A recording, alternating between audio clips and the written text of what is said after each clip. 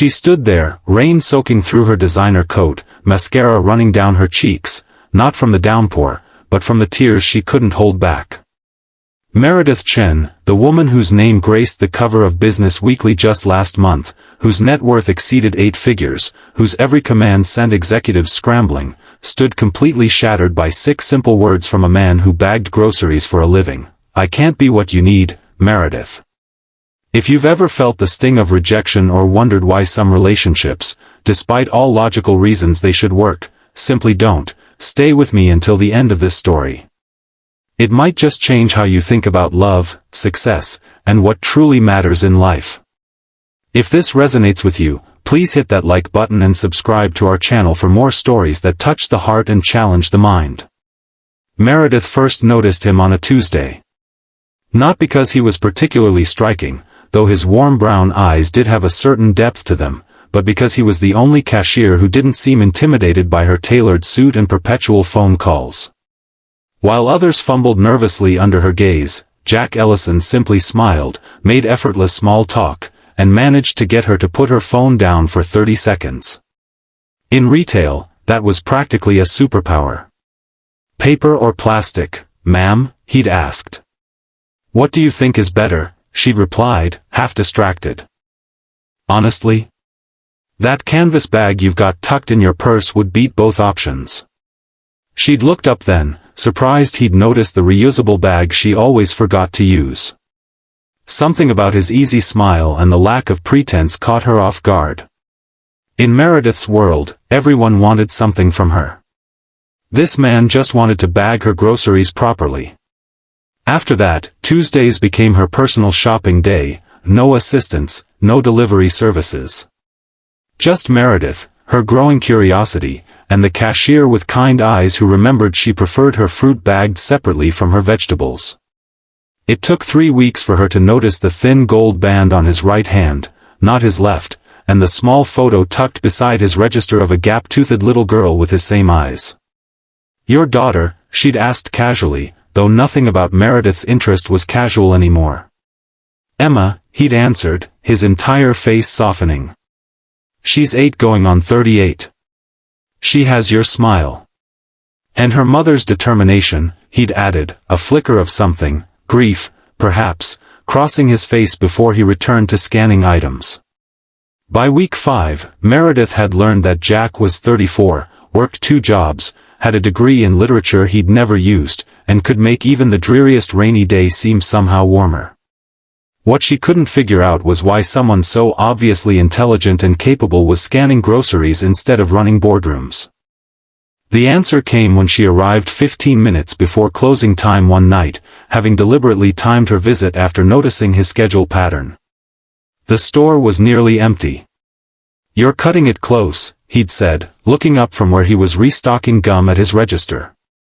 "I know the manager," she'd replied with a small smile.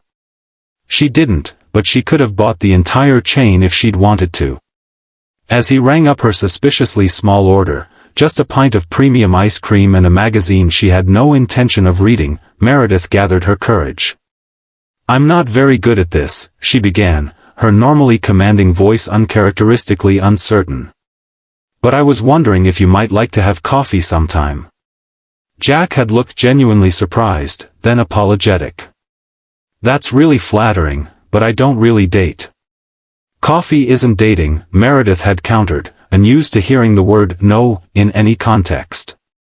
"It's a caffeine-based beverage enjoyed by millions of non-dating individuals daily." That had made him laugh, the corners of his eyes crinkling in a way that made her stomach do something completely unprofessional. "Touché," he'd conceded. "But between my shifts here, my night job at the hospital, and Emma's schedule, my caffeine is usually consumed while driving between responsibilities." "The hospital?" This was new information. "I'm an orderly 3 nights a week. Not glamorous, but the health insurance is better than here." Meredith had nodded, recalculating. 2 jobs, single father, still managed to maintain that genuine warmth. She'd been intrigued before, now she was impressed. "I understand busy schedules," she'd said, taking her receipt. I run a company with over 5,000 employees. I'm practically married to my calendar. Something in his expression had changed then, a subtle withdrawal she couldn't quite interpret. Then we're both unavailable, though for different reasons, he'd said kindly. Have a good night, Ms. Chen. Meredith Chen. But it's just Meredith. Meredith, he'd repeated, and she'd liked how her name sounded in his voice. Enjoy your ice cream before it melts. She hadn't pushed that night, but Meredith hadn't built a technology empire by giving up easily. Over the next 2 months, her Tuesday shopping expanded to include Fridays. Her normally efficient visits stretched longer. She learned that Emma played soccer and struggled with math. That Jack read classic novels during his lunch breaks. That his wife hadn't left him. She died 4 years ago from complications of pneumonia, a shocking, swift tragedy that had reshaped his entire existence. The more she learned, the more Meredith wanted to know. For a woman who spent her days analyzing market trends and acquisitions, Jack Ellison was the most fascinating study she'd encountered in years. Why grocery store work? She'd finally asked one quiet evening. You're obviously smart enough for anything. He hadn't taken offense. After Rachel died, Emma needed stability, same house, same school, same friends. My previous job involved travel. This doesn't. He'd shrugged as if the choice had been simple. The hospital gig came later when Emma's therapist bills started piling up. Meredith had wanted to offer to pay those bills, to solve his problems with the ease of a digital transfer, but something told her that would have ended whatever this was between them. Instead, she just nodded and asked about Emma's progress. Their strange friendship continued. She found herself sharing things too, the pressure of being a woman in tech, her parents' disappointment that at 38 she was still single, the loneliness of having everyone respect you but few who truly knew you.